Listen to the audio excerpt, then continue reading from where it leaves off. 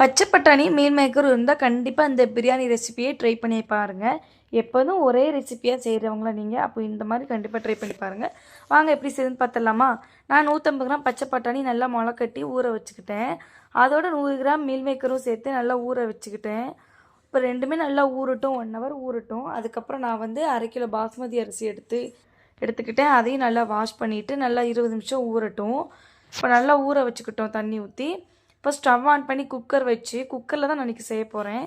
Cooker வச்சு கொஞ்சமாக நெய் தேங்காய் சேர்த்து நல்லா ஹீட் ஆனதுக்கப்புறம் பட்டை கிராம்பு சோம்பு ஏலக்காய் பிரிஞ்சி இலை கல்பாசி முந்திரி எல்லாம் சேர்த்து நல்லா வதக்கிட்டு கூடவே நான் 4 பெரிய வெங்காயம் கட் பண்ணி வச்சுருந்தேன், அதையும் சேர்த்து நல்லா வதக்கிக்கலாம். இப்போ ஒரு பெரிய வெங்காயம் நல்லா வதங்கினதுக்கப்புறம் 3 டீஸ்பூன் இஞ்சி பூண்டு விழுது சேர்த்து நல்லா பச்சை வாசனை போகிற வரைக்குமே நம்ம நல்லா வதக்கி எடுத்துக்கணும். இப்போ ஒரு கைப்பிடி மல்லி புதினா சேர்த்து நல்லா வதக்கிட்டு கூடவே 4 பச்சை மிளகாய் சேர்த்துருக்கேன், அதையும் வதக்கிக்கலாம்.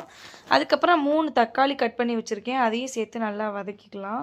இப்போ வெங்காயம் தக்காளி நல்லாவே வதங்கணும். இப்போ நல்லா தக்காளி வெங்காயம் நல்லா வதங்கினதுக்கப்புறம் நான் ஊற வச்ச பச்சை பட்டாணியுமே சேர்த்துக்கிட்டேன், அதையும் சேர்த்து நல்லா வதக்கிட்டு இப்போ ஊற வச்ச மீல் மேக்கரையுமே நம்ம போட்டு நல்லா வதக்க போகிறோம். இப்போ மீல் மேக்கர் பச்சை பட்டாணி நல்லா ஒரு 10 நிமிஷம் இந்த மாதிரி எண்ணெயிலே லைட்டாக வதங்கணும்.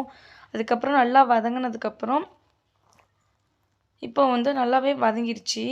இப்போ 1/2 டீஸ்பூன் மிளகாய்த்தூள், 1/2 டீஸ்பூன் மல்லித்தூள், 1/2 teaspoon chicken masala, 1/2 teaspoon biryani masala, 1/2 teaspoon கறி மசாலா சேர்த்து நல்லா வதக்கிட்டு கூடவே நான் உப்பும் சேர்த்துக்கிட்டேன். உப்பு சேர்த்து நல்லா வதக்கிக்கிட்டேன்.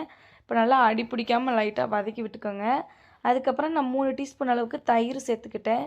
நான் வந்து லெமன் ஜூஸ் சேர்த்துக்கல, தயிர் மட்டுமே இதுக்கு போதும். அதனால தான் நான் லெமன் ஜூஸ் சேர்க்கல. இப்போ நல்லா மிக்ஸ் பண்ணி விட்டுட்டு கை விடாமல் 1 கப் அரிசிக்கு 2 கப் தண்ணி சேர்த்து ஊற்றிக்கலாம். இப்போ தண்ணி ஊற்றினதுக்கப்புறம் லைட்டாக மிக்ஸ் பண்ணி விட்டுட்டு இப்போ கொதிக்கட்டும் சைடில். இப்போ நம்ம கொதிக்கிற வரைக்குமே குக்கர் வந்து மூடி போட வேண்டாம். பாருங்களேன் லைட்டாக கொதிச்சு வருது. இப்போ நல்லாவே கொதிச்சு வரணும். நல்லா கொதிச்சு வரும்போது ஊற வச்ச அரிசியை நம்ம போட்டு நல்லா மிக்ஸ் பண்ணிக்கலாம். இப்போ நம்ம வந்து அரிசி போட்டோம், அரிசி போட்டுட்டு நல்லா கரண்டி வச்சு 2 லைட்டாக மிக்ஸ் பண்ணி விட்டிங்கன்னா போதும். இந்த மாதிரி நல்லா மிக்ஸ் பண்ணி விட்டுட்டு நான் குக்கர் மூடி விசில் வரக்கூடாது. விசில் வர மாதிரி இருக்கும்போது ஸ்டவ் ஆஃப் பண்ணிக்கிட்டேன். அவ்வளோதான் பாருங்கள், விசில் ஆஃப் ஆகிட்டு இப்போ நம்ம குக்கரை திறந்து பார்த்தோம்னா சுட சுட ரெடி ஆயிரும். இந்த ஸ்டேஜில் நான் வந்து கொஞ்சமாக நெய் சேர்த்து கரண்டி போட்டு நல்லா மிக்ஸ் பண்ணி விட்டால் சூப்பராகவே உதிரியாகவே நல்லாவே வந்துச்சுங்க. கண்டிப்பாக நீங்களும் உங்கள் வீட்டு குழந்தைங்களுக்கு இந்த மாதிரி ட்ரை பண்ணி பாருங்கள். எப்போதுமே ஒரே மாதிரி செய்யாமல் இந்த மாதிரி கொஞ்சம் வெரைட்டியாக செஞ்சு கொடுங்க. ரொம்பவே ஹெல்த்தியாகவும் இருக்கும். குழந்தைங்க மட்டும் இல்லாமல் பெரியவங்களுமே சாப்பிட்டுக்கலாம். இந்த வீடியோ பிடிச்சா லைக் பண்ணுங்கள், ஷேர் பண்ணுங்கள், கமெண்ட் பண்ணுங்கள். மறக்காமல் சப்ஸ்கிரைப் பண்ணிக்கோங்க.